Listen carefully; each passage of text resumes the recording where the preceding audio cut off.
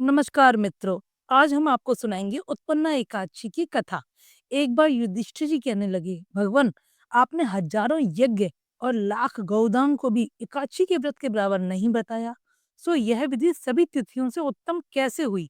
यह आप विस्तार पूर्वक मुझसे कहिए, क्योंकि सुना जाता है कि उत्पन्ना एकादशी से ही व्रतों का आरंभ होता है। तब कृष्ण जी ने कहा, युधिष्ठिर के वचन सुनकर जब भगवान कहने लगे, हे युधिष्ठिर, सतयुग में मुर नाम का एक दैत्य था। वह अत्यंत बलवान और भयानक था। उस प्रचंड दैत्य ने इंद्र, आदित्य, वसु, वायु, अग्नि आदि सब देवताओं को पराजित करके भगा दिया। तब इंद्र सहित सब देवताओं में भयभीत होकर शिव जी से अपने दुख का सब कारण तथा दैत्य का वृतांत कहा और बोले, कैलाशपति, मुर दैत्य से भयभीत होकर सब देवता मृत्यु लोक में इधर उधर फिर रहे हैं। तब शिव जी कहने लगे कि हे देवताओं, तीनों लोकों के स्वामी, भक्तों के दुखों का नाश करने वाले भगवान विष्णु की शरण में जाएं आप, वही आपके दुखों का नाश कर सकते हैं। शिव जी के ऐसे वचन सुनकर इंद्र आदि सब देवता क्षीर सागर में पहुंचे और वहां भगवान को शयन करते हुए देखकर इंद्र हाथ जोड़कर उनकी स्तुति करने लगा। हे देवताओं द्वारा स्तुति करने योग्य प्रभु, आपको बारंबार नमस्कार है। आप हमारी रक्षा करें। दैत्यों से भयभीत होकर हम सब देवता आपकी शरण में आए हैं। आप इस संसार के कर्ता, माता पिता, उत्पत्ति तथा पालन करता और श्रृंगार करने वाले हैं। सबको शांति प्रदान करने वाले हैं। आकाश और पाताल भी आप ही हैं। सबके पितामह ब्रह्मा, सूर्य, चंद्र, अग्नि, सामग्री, होम, आहुति, मंत्र, तंत्र, जप, यजमान, यज्ञ, कर्म, कर्ता, भोक्ता भी आप ही हैं। आप सर्वव्यापक हैं। आपके सिवा तीनों लोकों में चर तथा अचर कुछ भी नहीं है। हे भगवान, दैत्यों ने हमको जीत कर स्वर्ग से निकाल दिया है और सब देवता इधर उधर भागे भागे फिर रहे हैं। आप उन दैत्यों से हम सब की रक्षा करें प्रभु। इंद्र के ऐसे वचन सुनकर भगवान विष्णु कहने लगे, हे इंद्र, ऐसा मायावी दैत्य कौन है जिसने सब देवताओं को जीत लिया है? उसका क्या नाम है? उसमें कितना बल है और किसके आश्रय है तथा उसका स्थान कहाँ है? वह सब मुझसे वर्णन करो। भगवान के ऐसे वचन सुनकर इंद्र बोले, भगवान, प्राचीन समय में चंद्रावती नगरी में नारी जंग नाम का एक राक्षस था। उसी के महापराक्रमी और लोक विख्यात मुर नामक पुत्र ने सब देवताओं को स्वर्ग से निकालकर वहां अपना अधिकार कर लिया है। वह इंद्र, अग्नि, वरुण, यम, वायु, ईश, चंद्रमा, नैरत आदि सबके स्थान पर अधिकार करके और स्वयं सूर्य बनकर आप ही प्रकाश करता है। वह स्वयं मेघ बनकर बैठा है और सबसे अजेय है। हे असुर निकंदन, उस दुष्ट को मारकर देवताओं को निर्भय बनाइए। इंद्र के ऐसे वचन सुनकर भगवान कहने लगे कि हे देवताओं, मैं शीघ्र ही तुम्हारे शत्रु का संहार करूंगा। तुम चंद्रावती नगरी को जाओ। इस प्रकार कहकर भगवान सहित सब देवताओं ने चंद्रावती नगरी की ओर प्रस्थान किया।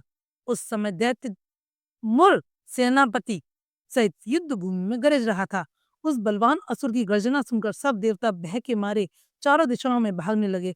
जब स्वयं भगवान रणभूमि में आए तो दैत्य उनको भी देखकर अनेक प्रकार के अस्त्र शस्त्र तथा आयुध लेकर दौड़े।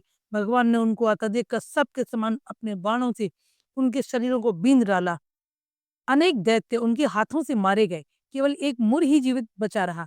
वह अविचल भाव से भगवान के साथ युद्ध करता रहा। भगवान जो भी तीक्ष्ण बाण उसके शरीर पर मारते, वह उसके लिए पुष्पों के समान हो जाते। शस्त्रों के प्रहार से उसका शरीर छिन्न भिन्न हो गया, परंतु वह फिर भी युद्ध करता ही रहा। अब वे आपस में मल्ल युद्ध करने लगे और 10,000 वर्ष तक उनका मल्ल युद्ध होता रहा, परंतु वह दैत्य भगवान से पराजित न हुआ। तब भगवान विष्णु युद्ध से थककर बद्रिकाश्रम को चले गए और वहां पर एक हेमवती नाम की सुंदर गुफा थी। उसमें विश्राम करने के लिए उसके अंदर प्रवेश कर गए।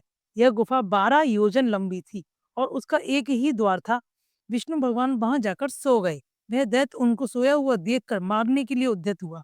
वह अभी मारने का प्रयत्न कर ही रहा था कि उनके शरीर से एक अत्यंत प्रभावशाली सुंदर कन्या अस्त्र शस्त्र धारण किए हुए उत्पन्न हुई और दैत्य के सामने आकर युद्ध करने लगी। वह दैत्य उस बलवान कन्या को देखकर आश्चर्यचकित होकर उसके साथ युद्ध करने लगा। उस कन्या के ऐसे भयानक पराक्रम को देखकर दैत्य विचारने लगा कि इस कन्या को किसने बनाया है जो ऐसा भयानक युद्ध कर रही है। वह ऐसा विचार कर ही रहा था कि उस महादेवी ने उस बलवान दैत्य के रथ को चूर चूर कर दिया और उसके अस्त्र शस्त्रों को काट डाला, उसके भी टुकड़े टुकड़े कर दिए। तब वह दैत्य महान क्रोध करके मल्ल युद्ध करने लगा, परंतु देवी ने उनको धक्का मारकर मूर्छित कर दिया।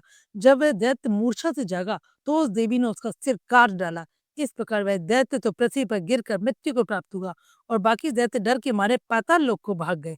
जब भगवान विष्णु की निद्रा टूटी तो उन्होंने मुर दैत्य के कटे हुए सिर व दोनों हाथ जोड़कर खड़ी हुई एक कन्या को देखा। तब भगवान उस कन्या से पूछने लगे, हे देवी, जिस दैत्य से इंद्र आदि सभी देवता भयभीत होकर स्वर्ग से भाग गए थे, उसको किसने मारा है? वह कन्या कहने लगी, हे भगवान, जब आप निद्रा में थे तो यह दैत्य आपको मारने के लिए उद्यत हुआ। उस समय आपकी योग माया द्वारा आपके शरीर से उत्पन्न होकर मैंने ही इस दैत्य को मार गिराया है। यह सुनकर भगवान कहने लगे, हे देवी, तुमने देवताओं के भय को दूर करके बड़ा भारी कार्य किया है, अतः तुम अपनी इच्छा अनुसार वर मांगो। तब वह देवी बोली, भगवान, यदि आप मुझको वरदान देना ही चाहते हैं तो यह वरदान दीजिए कि जो कोई मेरा व्रत करे उसके सब पाप नष्ट हो जाए और अंत में मोक्ष को प्राप्त होवे। जो इस व्रत का पुण्य है उसका आधा रात्रि को भोजन करने वाले को मिले और जो एक बार भोजन करे उसको भी आधा फल प्राप्त हो। जो मनुष्य भक्ति पूर्वक मेरे व्रत में एक बार भी भोजन ना करे उसको धर्म, धन और मुक्ति प्राप्त हो। भगवान कहने लगे, हे कल्याणी, ऐसा ही होगा। मेरे और तुम्हारे भक्त एक ही होंगे और वे अंत में मोक्ष को प्राप्त करके मेरे लोक को जाएंगे। क्योंकि तुम एकादशी को उत्पन्न हुई हो, अतः तुम्हारा नाम एकादशी होगा। तुम मुझे सब तिथियों से प्रिय हो, इस कारण तुम्हारे व्रत का फल सब तीर्थों से भी अधिक फल देने वाला होगा। ऐसा कहकर भगवान अंतर्ध्यान हो गए और प्रभु के उत्तम वचनों को सुनकर एकादशी अत्यंत प्रसन्न हुई। भगवान श्री कृष्ण कहते हैं कि हे युधिष्ठिर, सब तीर्थों के फल से एकादशी व्रत का फल सर्वश्रेष्ठ है। एकादशी व्रत करने वाले को मैं मोक्ष पद देता हूँ, उसके शत्रुओं का नाश एवं समस्त विघ्नों को नष्ट करता हूँ। यह मैंने तुमको एकादशी की उत्पत्ति का सब वृतांत बतलाया है। एकादशी पापों को नष्ट करने वाली तथा सिद्धि की देने वाली है। उत्तम पुरुषों को दोनों पक्षी एकादशियों को समान ही मानना चाहिए, कोई भेदभाव नहीं समझना चाहिए। जो मनुष्य इस एकादशी के महात्म्य को पढ़ता अथवा सुनता है उसको अश्वमेघ यज्ञ का फल प्राप्त होता है और वह करोड़ों वर्षों तक विष्णु लोक में वास करता है, वहां भी उसका पूजन होता है। जो मनुष्य एकादशी महात्म्य के चौथे भाग को पढ़ता है उसके भी अनेक पाप नष्ट हो जाते हैं। विष्णु धर्म के बराबर दूसरा कोई धर्म नहीं और एकादशी व्रत के समान और कोई दूसरा व्रत नहीं। इसी व्रत कथा को नैमिषारण्य में 88,000 ऋषियों को श्री सूत जी ने सुनाया था। जब उन्होंने भी एकादशी की महत्तम को जानने की इच्छा प्रकट की थी तब श्री सूत जी ने ऋषियों से कहा था कि एक वर्ष में 12 महीनों की 24 एकादशियां तथा जिस वर्ष में अधिक मास होता है उसकी 2 एकादशी मिलाकर कुल 26 एकादशियां होती हैं, जिनके नाम मैं तुमसे कहता हूँ। इनके उच्चारण मात्र से ही बहुत से पाप नष्ट हो जाते हैं। आप ध्यान पूर्वक सुनिए।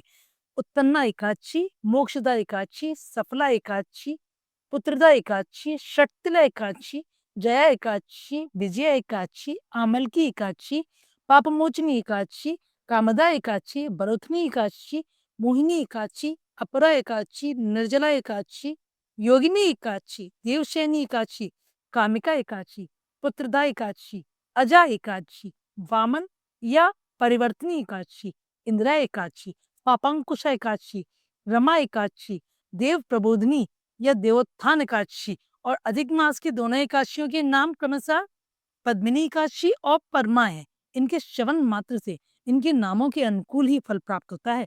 जो प्राणी इनका व्रत तथा उद्यापन नहीं भी कर सकते हैं तो इनका नाम सुनने मात्र से ही व्रत का फल प्राप्त कर सकते हैं। बोलो एकादशी मैया की जय। जय श्री हरि। वीडियो अच्छी लगे तो लाइक एंड सब्सक्राइब जरूर करें। हरे कृष्ण कृष्ण कृष्ण हरे राम राम राम हरे हरे। हे प्रभु, सबकी विपदाओं को दूर करो।